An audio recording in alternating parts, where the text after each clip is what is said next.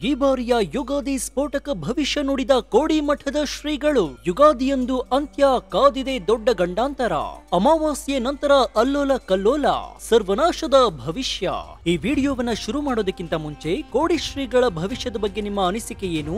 ನಿಜಕ್ಕೂ ಕೋಡಿಮಠದ ಶ್ರೀಗಳ ಭವಿಷ್ಯ ನಿಜವಾಗುತ್ತಾ ಅಂತ ಕಮೆಂಟ್ ಮಾಡಿ. ಹಾಗೂ ಈ ವಿಡಿಯೋಗೆ ಒಂದು ಲೈಕ್ ಕೊಡಿ. ಕೋಡಿ ಶ್ರೀ ಭವಿಷ್ಯ. ಕರ್ನಾಟಕದಲ್ಲಿ ಕೋಡಿ ಶ್ರೀಗಳು ನುಡಿಯುವಂತಹ ಭವಿಷ್ಯದ ಬಗ್ಗೆ ತುಂಬಾ ಕುತೂಹಲ ಇದ್ದೇ ಇರುತ್ತೆ. ಪ್ರತಿ ವರ್ಷ 3-4 ಬಾರಿ ಭವಿಷ್ಯವನ್ನ ನುಡಿತಾರೆ. ಅಚ್ಚರಿ ಅಂದ್ರೆ ಕೋಡಿ ಶ್ರೀಗಳು ನುಡಿದಿರುವ ಭವಿಷ್ಯಗಳಲ್ಲಿ ಹಲವು ಭವಿಷ್ಯಗಳು ಸತ್ಯವಾಗಿವೆ. ಹೀಗಾಗಿಯೇ ಕೋಡಿ ಶ್ರೀ ಭವಿಷ್ಯ ಅಂದ್ರೆ ಸಾಕು ಎಲ್ಲರೂ ಒಂದು ಕ್ಷಣ ಬೆಚ್ಚಿ ಬೀಳ್ತಾರೆ. ಅದ್ರಲ್ಲೂ ಇವರ ರಾಜಕೀಯ ಭವಿಷ್ಯವಂತೂ ಸುಳ್ಳಾದ ಇತಿಹಾಸವೇ ಇಲ್ಲ. ಇನ್ನೇನು ಯುಗಾದಿ ಹಬ್ಬ ಸನ್ನಿಹದಲ್ಲಿದೆ. ಇದೇ ವೇಳೆ ಕೋಡಿ ಶ್ರೀಗಳು ಮಾರ್ಮಿಕವಾಗಿ ಭವಿಷ್ಯವನ್ನ ನುಡಿದಿದ್ದಾರೆ. ಕಾಲ ಕೆಟ್ಟೋಗಿದೆ, ಮುಂದೆ ಇನ್ನೂ ಕೆಡಲಿದೆ. ಮಾಡಿದವರ ಪಾಪ ಆಡಿದವರ ಬಾಯಲ್ಲಿ ಅನ್ನೋ ಮಾತಿದೆ. ಆದ್ರೆ ಇನ್ನು ಮುಂದೆ ಮಾಡದ ಅವರ ಪಾಪ ಆಡಿದವರ ಬಾಯಲ್ಲಿ. ಅಂದ್ರೆ ನೀವೇನು ತಪ್ಪು ಮಾಡಿರೋದಿಲ್ಲ, ಆದ್ರೆ ಬೇರೆಯವರು ಅವರೇ ತಪ್ಪು ಮಾಡಿ ನಿಮ್ಮ ಮೇಲೆ ಅಪಪ್ರಚಾರ ಮಾಡ್ತಾರೆ. ಈಗಾಗಲೇ ಇದು ನಡೀತಾ ಇದೆ. ಒಳ್ಳೆಯವರಿಗೆ ಕಾಲವಿಲ್ಲ, ಸುಳ್ಳುಗಾರರು ಕೊಲೆ ಸುಲಿಗೆ ಅಷ್ಟೇ ಯಾಕೆ ಬಕೆಟ್ ಹಿಡಿಯೋರಿಗೆ ಕಾಲ ಅಂತ ಹೇಳಬಹುದು. ಆದ್ರೆ ಮುಂದಿನ ದಿನಗಳಲ್ಲಿ ಇದು ಮತ್ತಷ್ಟು ಹೆಚ್ಚಾಗುತ್ತೆ ಅಂತ ಕೋಡಿ ಶ್ರೀಗಳು ಹೇಳಿದ್ದಾರೆ. ಇನ್ನು ಯುಗಾದಿ ನಂತರ ರೋಗ ರುಜಿನಗಳು ಸ್ವಲ್ಪ ಜಾಸ್ತಿಯಾಗುವ ಲಕ್ಷಣ ಇದೆಯಂತೆ. ಅಲ್ಪ ಆಯಸ್ಸು ಕಮ್ಮಿ ಆಗ್ತಾ ಇದೆ, ಮಾನಸಿಕ ಸ್ಥೈರ್ಯ ಕಳೆದುಕೊಳ್ತಾ ಇದ್ದಾರೆ. ಅವರು ಹೆಣ್ಣಾಗಲಿ ಗಂಡಾಗಲಿ ಇಬ್ಬರು ಮಾನಸಿಕ ಸ್ಥೈರ್ಯ ಕಳೆದುಕೊಳ್ತಾ ಇದ್ದಾರೆ.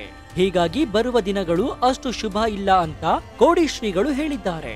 20 ದಿನಗಳ ಹಿಂದೆ ಧಾರವಾಡದಲ್ಲಿ ಕೋಡಿ ಶ್ರೀಗಳು ಭವಿಷ್ಯವನ್ನ ನುಡಿದಿದ್ರು. ಅದೇನಂದ್ರೆ ದಿಢೀರ್ ಮಳೆಯಾಗುತ್ತೆ, ಭೂಮಿ ಕುಪ್ಪಳಿಸುತ್ತೆ, ಗುಡ್ಡಗಳು ಬೀಳುತ್ತವೆ, ಜನರು ಸಾಯ್ತಾರೆ, ರೋಗಗಳು ಹೆಚ್ಚಾಗುತ್ತೆ. ಇಂಡಿಯಾಕ್ಕೆ ಅಲ್ಲ, ಜಾಗತಿಕ ಮಟ್ಟದಲ್ಲಿ ಕೆಲವು ರಾಜ್ಯಗಳು ಮುಳುಗುತ್ತವೆ ಅಂತ ಕೋಡಿ ಶ್ರೀಗಳು ಹೇಳಿದ್ರು. ಅದರಂತೆ ಈಗಾಗಲೇ ಸಾಲು ಸಾಲು ಭೂಕಂಪಗಳು ಸಂಭವಿಸಿವೆ. ಭಾರತದ ಹಲವು ರಾಜ್ಯಗಳಲ್ಲಿ ಭೂಮಿ ಕುಪ್ಪಳಿಸಿದೆ. ಭಾರತ ಮಾತ್ರವಲ್ಲದೆ ಪಾಕಿಸ್ತಾನ್, ಅಫ್ಘಾನಿಸ್ತಾನ್, ಟರ್ಕಿ, ಇಂಡೋನೇಷ್ಯಾದಲ್ಲೂ ಪ್ರಬಲ ಭೂಕಂಪ ಸಂಭವಿಸಿತ್ತು. ಅಲ್ಲದೆ ಈಗ ಅದರ ಪ್ರಕಾರವಾಗಿ ಮುಂದಿನ ಅಮಾವಾಸ್ಯೆವರೆಗೆ ಇದು ಹೀಗೆಯೇ ಇರುತ್ತಂತೆ. ಅಮಾವಾಸ್ಯೆ ನಂತರ ಬೇರೆ ಭಾಗದಲ್ಲಿ ಮತ್ತೆ ಅಪಾಯ ಕಟ್ಟಿಟ್ಟ ಬುತ್ತಿ ಅಂತ ಕೋಡಿಮಠದ ಶ್ರೀಗಳು ಹೇಳಿದ್ದಾರೆ. ಇದು ಕ್ರೋಧಿನಾಮ ಸಂವತ್ಸರ. ಹಿಂದೂಗಳ ಪ್ರಕಾರ ಕ್ರೋಧ ಅಂದ್ರೆ ಸಿಟ್ಟು ಅಂತ. ಇದರಲ್ಲಿ ಒಳ್ಳೆಯದು ಕೆಟ್ಟದು ಎರಡೂ ಇದೆ. ಆದ್ರೆ ಒಳ್ಳೆಯದಕ್ಕಿಂತ ಕೆಟ್ಟದೇ ಜಾಸ್ತಿ ಇರುತ್ತೆ. ಪ್ರಾಕೃತಿಕವಾಗಿ ಆಗಾಗ ಪ್ರಕೃತಿ ವಿಕೋಪ ಮುಂದುವರಿಯುತ್ತೆ. ಅಮಾವಾಸ್ಯೆವರೆಗೂ ಒಂದು ಭಾಗದಲ್ಲಿ ಕಮ್ಮಿ ಆಗುತ್ತೆ, ಆದ್ರೆ ಅಮಾವಾಸ್ಯೆಯ ನಂತರ ಮತ್ತೊಂದು ಭಾಗದಲ್ಲಿ ಇದು ಜಾಸ್ತಿ ಆಗುತ್ತೆ. ಈ ಭವಿಷ್ಯ ಭಾರತಕ್ಕೆ ಮಾತ್ರವಲ್ಲ, ಆಲ್ ಓವರ್ ವರ್ಲ್ಡ್ ಎಲ್ಲಿ ಬೇಕಾದ್ರೂ ನಿಜವಾಗಬಹುದು. ಮುಂದಿನ ದಿನಗಳಲ್ಲಿ ಅನಿಷ್ಟ ಜಾಸ್ತಿ ಇದೆ. ಅದರಲ್ಲೂ ಕರ್ನಾಟಕದ ಪೊಲಿಟಿಕ್ಸ್ ಬಗ್ಗೆಯೂ ಮಾರ್ಮಿಕವಾಗಿ ಭವಿಷ್ಯವನ್ನು ನುಡಿದಿದ್ದಾರೆ. ಕೋಡಿಮಠದ ಡಾಕ್ಟರ್ ಶಿವಯೋಗಿ ಶಿವಾನಂದ ಸ್ವಾಮೀಜಿಯವರು ಮುಖ್ಯಮಂತ್ರಿ ಸಿದ್ದರಾಮಯ್ಯ ಅವರ ರಾಜಕೀಯ ಭವಿಷ್ಯ, ಸಿಎಂ ಬದಲಾವಣೆ ಹಾಗೂ ವರ್ಷದ ಆಗು ಹೋಗುಗಳ ಬಗ್ಗೆ ಹಿಂದೆಯೇ ಭವಿಷ್ಯವನ್ನ ನುಡಿದಿದ್ರು. ಸಿದ್ದರಾಮಯ್ಯ ಅವರನ್ನ ಸಿಎಂ ಸ್ಥಾನದಿಂದ ಕೆಳಗಿಳಿಸುವುದು ಕಷ್ಟ. ಸ್ವತಃ ಸಿದ್ದರಾಮಯ್ಯನವರೇ ಅಧಿಕಾರ ತ್ಯಜಿಸಬೇಕಾಗತ್ತೆ. ಮುಂದಿನ ಸಿಎಂ ಯಾರಾಗ್ತಾರೆ, ಡಿಕೆ ಶಿವಕುಮಾರ್ ಜೊತೆ ಅಧಿಕಾರ ಹಂಚಿಕೆ ಯಾವಾಗ ಎಂಬ ಚರ್ಚೆಗಳು ನಡೀತಾ ಇರುವಾಗಲೇ ಈ ಭವಿಷ್ಯವಾಣಿ ಹೊರಬಿದ್ದಿದೆ. ಆದ್ರೆ ಸಿಎಂ ಸಿದ್ದರಾಮಯ್ಯಗೆ ಸಿಎಂ ಸ್ಥಾನ ಭದ್ರ ಎಂಬ ಭವಿಷ್ಯವಾಣಿಯನ್ನ ಕೋಡಿಮಠದ ಶ್ರೀಗಳು ನುಡಿದಿದ್ದಾರೆ. ಇನ್ನು ಈ ಹಿಂದೆಯೂ ಕೋಡಿಮಠದ ಶ್ರೀಗಳು ನುಡಿದ ಭವಿಷ್ಯಗಳು ನಿಜವಾಗಿವೆ.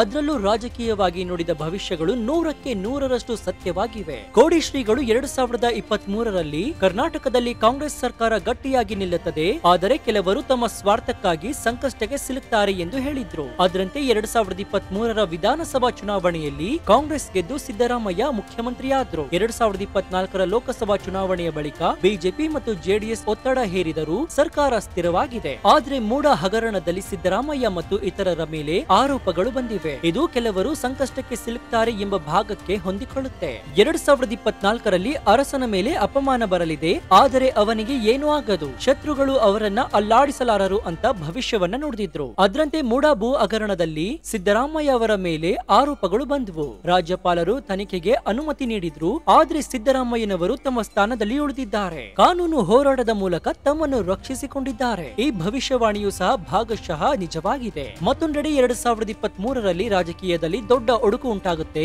ಆದ್ರೆ ಜನರ ಒಲವು ಸರ್ಕಾರದ ಪರವಾಗಿರುತ್ತೆ ಎಂದು ಹೇಳಿದ್ರು. ಅದರಂತೆ 2024ರಲ್ಲಿ ಲೋಕಸಭಾ ಚುನಾವಣೆಯಲ್ಲಿ ಕಾಂಗ್ರೆಸ್ ಕರ್ನಾಟಕದಲ್ಲಿ 9 ಸೀಟ್ಗಳನ್ನ ಗೆದ್ದರು. ಬಿಜೆಪಿ ಜೆಡಿಎಸ್ ಮೈತ್ರಿ 10 19 ಸೀಟ್ಗಳೊಂದಿಗೆ ಮೇಲುಗೈ ಸಾಧಿಸಿತು. ರಾಜ್ಯದಲ್ಲಿ ರಾಜಕೀಯ ಕಲಹ ಮತ್ತು ಒಡುಕು ಇದ್ದರೂ ಸಹ ಕಾಂಗ್ರೆಸ್ ಸರ್ಕಾರದ ಮೇಲೆ ಜನರ ಒಲವು ಸ್ಥಿರವಾಗಿದೆ. ವಿರೋಧಿಗಳು ಒಗ್ಗಟ್ಟಾಗಿ ದಾಳಿ ಮಾಡ್ತಾರೆ, ಆದರೆ ಅವರ ಶಕ್ತಿ ಕುಂದುತ್ತದೆ ಎಂದು 2024ರ ಆರಂಭದಲ್ಲಿ ಕೋಡಿ ಶ್ರೀಗಳು ಹೇಳಿದ್ರು. ಅದಕ್ಕನುಗುಣವಾಗಿ ಬಿಜೆಪಿ ಮತ್ತು ಜೆಡಿಎಸ್ ಮೈತ್ರಿ ಮಾಡಿಕೊಂಡು ಕಾಂಗ್ರೆಸ್ ಸರ್ಕಾರದ ವಿರುದ್ಧ ಆರೋಪಗಳನ್ನ ಮಾಡಿದ್ವು. ಆದ್ರೆ ರಾಜ್ಯ ಸರ್ಕಾರವನ್ನ ಪತನಗೊಳಿಸುವಲ್ಲಿ ಯಶಸ್ವಿಯಾಗಿಲ್ಲ.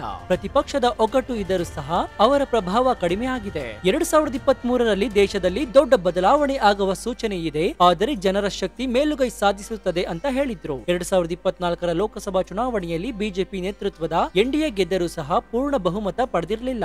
ಇಂಡಿಯಾ ಮೈತ್ರಿಕೂಟ ಸಣ್ಣ ಪಕ್ಷಗಳ ಒಡನಾಟದೊಂದಿಗೆ ಪ್ರತಿಪಕ್ಷವಾಗಿ ಬಲಗೊಂಡಿತ್ತು. ಇದನ್ನ ಜನರ ಶಕ್ತಿ ಅಂತ ಹೇಳಬಹುದು. ರಾಜಕೀಯ ಭವಿಷ್ಯ ಮಾತ್ರವಲ್ಲದೆ ರೇಣುಕಾಸ್ವಾಮಿ ಪ್ರಕರಣದಲ್ಲಿ ದರ್ಶನ್ ಅವರು ಬಂಧನಕ್ಕೊಳಗಾದಾಗ ಕೋಡಿ ಶ್ರೀಗಳು ಮನುಷ್ಯ ಸಹನೆ ಕಳೆದುಕೊಂಡಾಗ ಕೋಪಕ್ಕೆ ತುತ್ತಾಗ್ತಾನೆ ಅಂತ ಹೇಳಿದ್ರು. 2024ರಲ್ಲಿ ದರ್ಶನ್ ಅವರ ಬಂಧನ ಮತ್ತು ಪ್ರಕರಣದ ಸುತ್ತ ಘಟನೆಗಳು ಈ ಭವಿಷ್ಯವಾಣಿಯೊಂದಿಗೆ ಹೊಂದಿಕೊಂಡಿವೆ. 2023ರಲ್ಲಿ ಕೋಡಿ ಶ್ರೀಗಳು ರಾಜ್ಯದಲ್ಲಿ ಸಾಕಷ್ಟು ಮಳೆ ಬರುತ್ತದೆ, ಜಲಪ್ರಳಯದ ಲಕ್ಷಣ ಇದೆ ಅಂತ ಭವಿಷ್ಯವನ್ನ ನುಡಿದಿದ್ರು. 2023ರಲ್ಲಿ ಮತ್ತು 2024ರಲ್ಲಿ ಕರ್ನಾಟಕದ ಹಲವು ಭಾಗಗಳಲ್ಲಿ ಭಾರಿ ಮಳೆಯಿಂದಾಗಿ ಪ್ರವಾಹ ಪರಿಸ್ಥಿತಿ ಉಂಟಾಗಿತ್ತು. 2024ರಲ್ಲಿ ಕೋಡಿ ಶ್ರೀಗಳು ಗುಡ್ಡಗಳು ಕುಸಿಯುತ್ತವೆ, ಜಲಾಶಯಗಳು ತುಂಬಿ ಹರಿಯುತ್ತವೆ, ಭೂಕಂಪ ಮತ್ತು ಜಲಕಂಟಕ ಎದುರಾಗುತ್ತೆ ಅಂತ ಹೇಳಿದ್ರು. 2023-24ರಲ್ಲಿ ಕರ್ನಾಟಕ ಮತ್ತು ಭಾರತದ ಕೆಲವು ಭಾಗಗಳಲ್ಲಿ ಭಾರಿ ಮಳೆ, ಭೂಕುಸಿತ ಮತ್ತು ಪ್ರವಾಹ ಸಂಭವಿಸಿದ್ವು. ಉದಾಹರಣೆಗೆ ಹಿಮಾಚಲ ಪ್ರದೇಶದಲ್ಲಿ ಭೂಕುಸಿತ ಮತ್ತು ಕರ್ನಾಟಕದಲ್ಲಿ ಜಲಾಶಯಗಳು ತುಂಬಿದ್ವು. ಹೀಗೆ ಕೋಡಿ ಮಠದ ಶ್ರೀಗಳು ನುಡಿದ ಭವಿಷ್ಯಗಳು ನಿಜವಾಗಿವೆ.